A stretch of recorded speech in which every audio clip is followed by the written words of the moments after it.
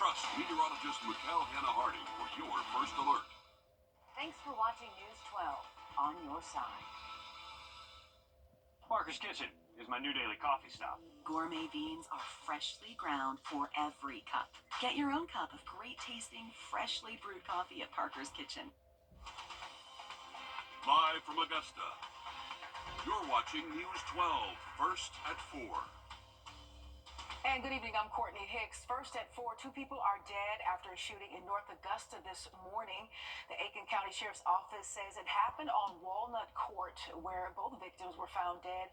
We are working to learn more on the name of the victims as the investigation continues. Authorities say there is no danger to the community.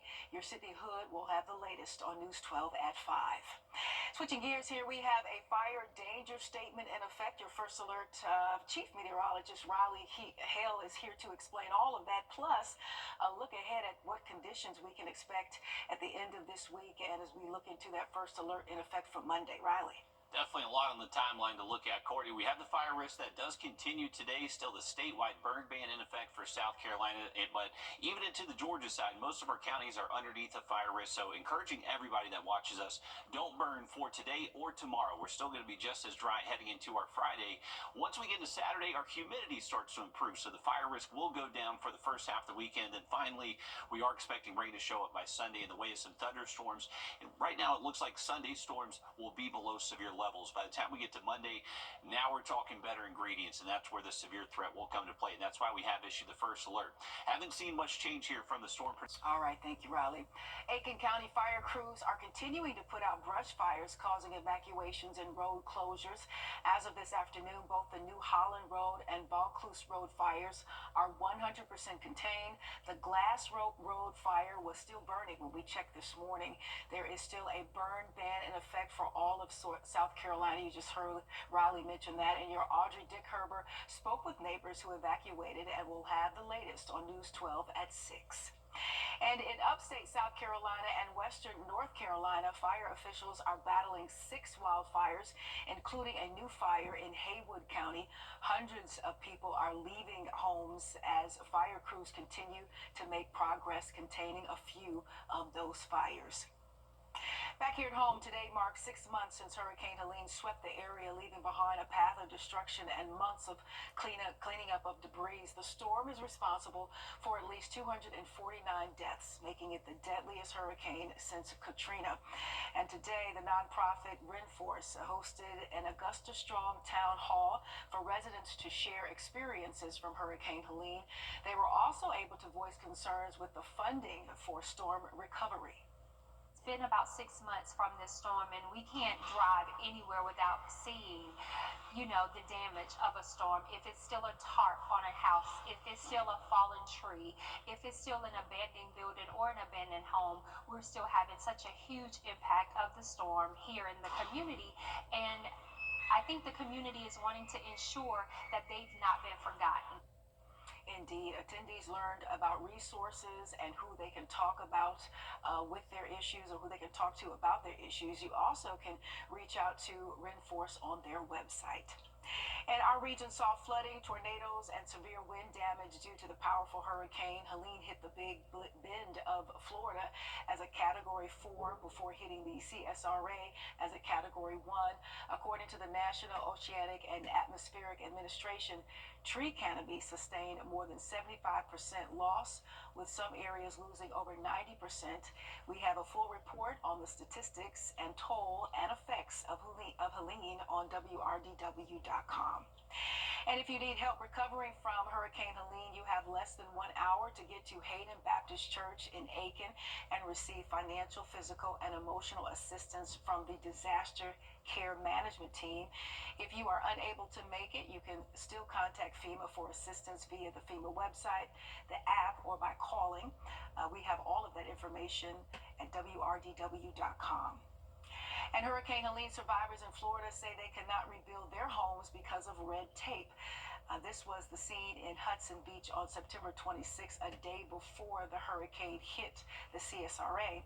The devastating storm hit Tampa Bay's coastal communities in a way many had never seen before. Still, half a year later, Many people are not back in their homes, with some paying rent and mortgage on uninhabitable homes. One neighbor says she is still waiting on a permit from the city. We pay property tax, we pay insurance, we should be able to make ourselves whole and not have to wait for the bureaucracy to give us a piece of paper to do it. The mayor says they are doing everything they can with the permits and have more than 7,000 completed. Back here at home, North Augusta is celebrating the new Hive development off Exit 1 today with a groundbreaking ceremony. The new development will have new businesses and apartments coming to the east side of Martintown Road. Neighbors have raised some concerns about traffic in the area. There will also be a new traffic light in the area. City leaders say it's to keep up with the population growth in the area. The project is something leaders have been discussing since 2006. And January's deadly crash between an American Airlines jet since Hurricane Helene hit the southeast, how one survivor in hard-hitting western North Carolina is helping people reconnect to their memories.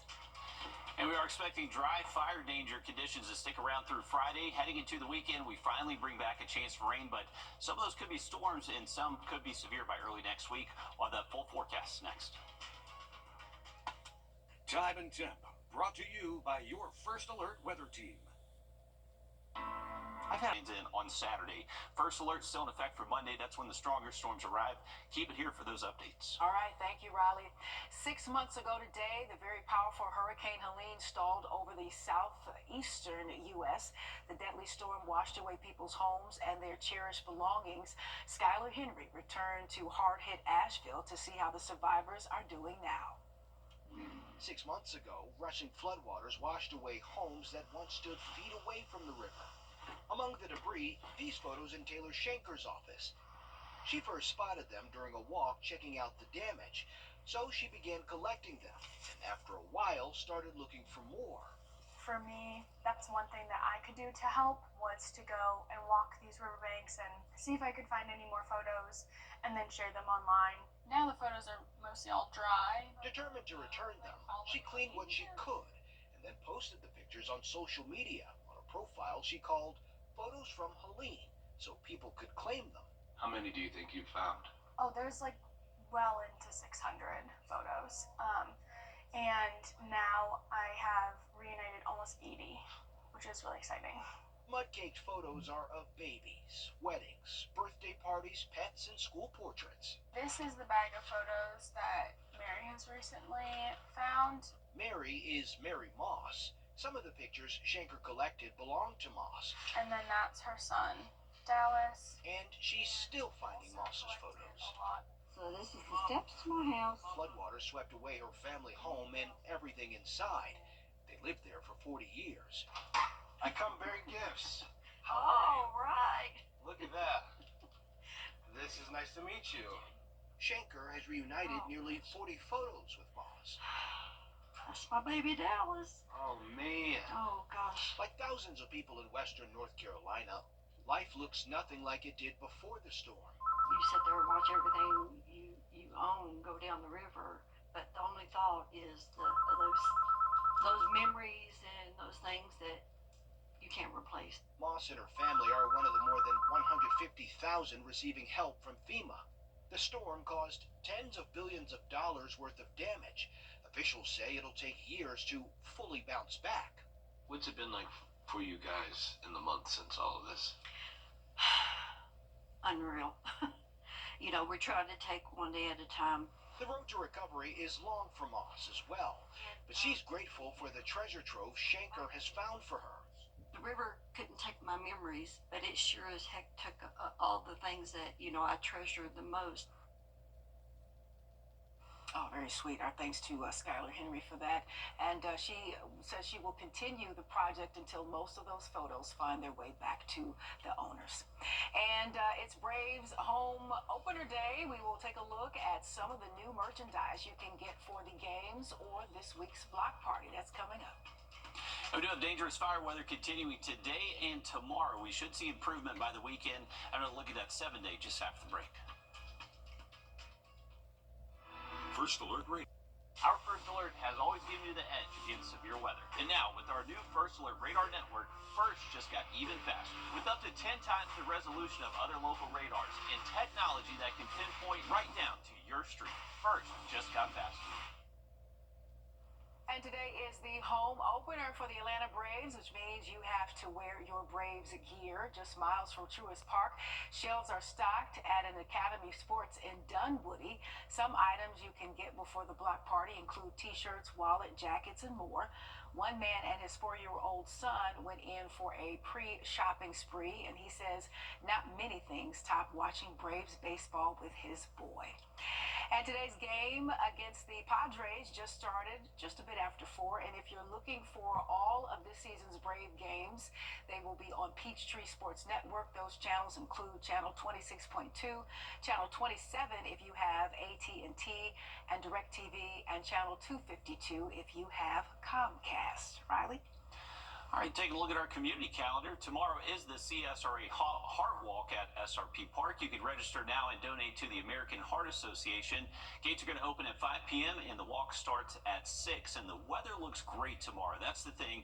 We've had some beautiful weather. It's just been very dry. Firm at 1-800-700-7190. I'm attorney Chris Hudson.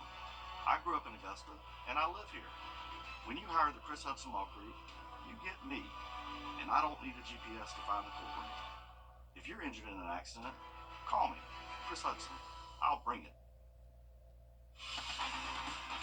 Live from Augusta. Breaking news. And we begin this half hour with breaking news. An Orangeburg County man has been arrested in connection to the homicide of an Allendale man. In March of 2024, 21-year-old Simeon Lamar was found dead in a car in Norway by someone driving by. Sheriff Ravenel says 24-year-old Jaleel Woolley is facing charges of 1 count of murder and possession of a weapon during a violent crime. Well, looking at the weather, folks, we do still have that first alert in effect Monday. Want to make sure you are staying updated on the forecast over the next couple of days. Not much has changed on the thinking of this. If anything, it's actually become a little bit more likely that we are going to see that severe weather threats show up early next week. So that's going to be March and our next Monday, the last day of March. So make sure you are just staying updated, and we'll know much more about that event as we start to get into the weekend. Once it gets within our higher resolution models, we can start to materialize a little bit better. This is from the storm prediction.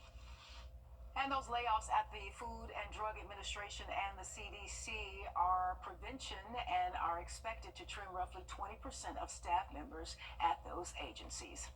And tonight, the Richmond County School District is hosting a transition and resource fair for students. This gives families the opportunity to get resources and support for students with disabilities. It will be from 5:30 to 7:30 p.m. at the Technical Career Magnet School. And tomorrow is the party in the Aiken, in the alley in Aiken, helping raise money for Rides and Remedies bus stop project. This helps purchase bus stops and supplies for Aiken's Community Health Clinic. There will be food, spirits, golf, and a silent auction. This will be from 6 to 10 p.m. at the downtown alley.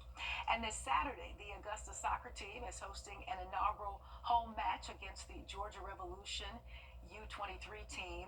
The team helps provide pathways for local athletes looking to reach professional levels. They are fundraising to help build a community accessible soccer field. Tickets are $5 per person, and this will be at 3 p.m. Saturday at the Augusta Soccer Park. A new tariff will soon go into effect for cars. What this means for you the next time you shop at your nearest dealer. Riley?